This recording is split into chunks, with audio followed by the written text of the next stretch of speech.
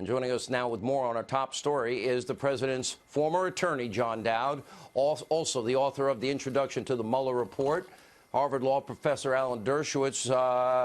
Mr. Dowd, counselor, I'll ask you, I wouldn't want my words twisted like that, especially considering what you said was perfectly ethical, legal, and honestly the right thing to do, as you had a joint defense leading up to that point. Well, I had an obligation as counsel to the president to find out what was going on, and I'm so glad Judge Sullivan ordered the transcript, because we now know the truth, and we also know that this entire report by Mueller is a fraud, and we're going to find more of these things. Isn't it ironic that this man who kept indicting and prosecuting people for process crimes committed a false statement in his own report? By taking out half my words, they changed the the tenor, and the contents of that conversation with Robert Kellner. And it's an outrage, and there's probably more of it. You know, add to this, Professor Dershowitz, that in and of itself is an outrage, because you're literally changing the exact meaning of what the counselor said. Number one. Number two, how embarrassing for Mueller last week to say, oh, I couldn't indict on obstruction because of a Department of Justice rule that doesn't allow or questions the ability of him to make a determination as it relates to whether you can or cannot indict a sitting president. And then you look at the team that he put around him with Andrew Weissman and company, all chronicled in Sidney Powell's License to Lie. And, Professor, you care about civil liberties. I care about civil liberties. This is, every American needs to be concerned in all this. This is a very, very serious issue. The distortion of the Dowd quote is very serious, especially since, remember that a report by a special counsel is always going to be one-sided. Therefore, you have to trust it, because the other side doesn't have a chance to look at it and show what's wrong with it the way it would in an adversarial situation.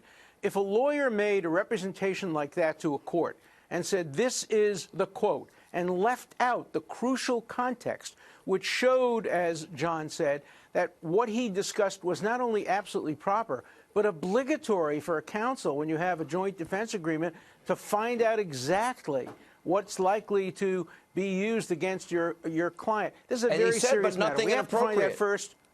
Nothing inappropriate. We have to find out first who wrote that paragraph. Who wrote that paragraph? I have a guess. That is crucial. How did it get? I know. How did it get past Mueller? Why was it included in there? Remember, right from the beginning, I said before this report is made public, it should be given to the defense, and including the former defense attorney like John Dowd, to be able to go through it with a fine-tooth comb, find problems with it, file a report stating the defendant's position at the same time, so the American public can judge which is more credible. This way, it just turns out a one-sided report, and it turns out it's totally distorted when it comes to the John Dowd. We now have the FBI professor giving special treatment to Hillary Clinton in her investigation. One, the exoneration written before anybody's even interviewed. That never happens.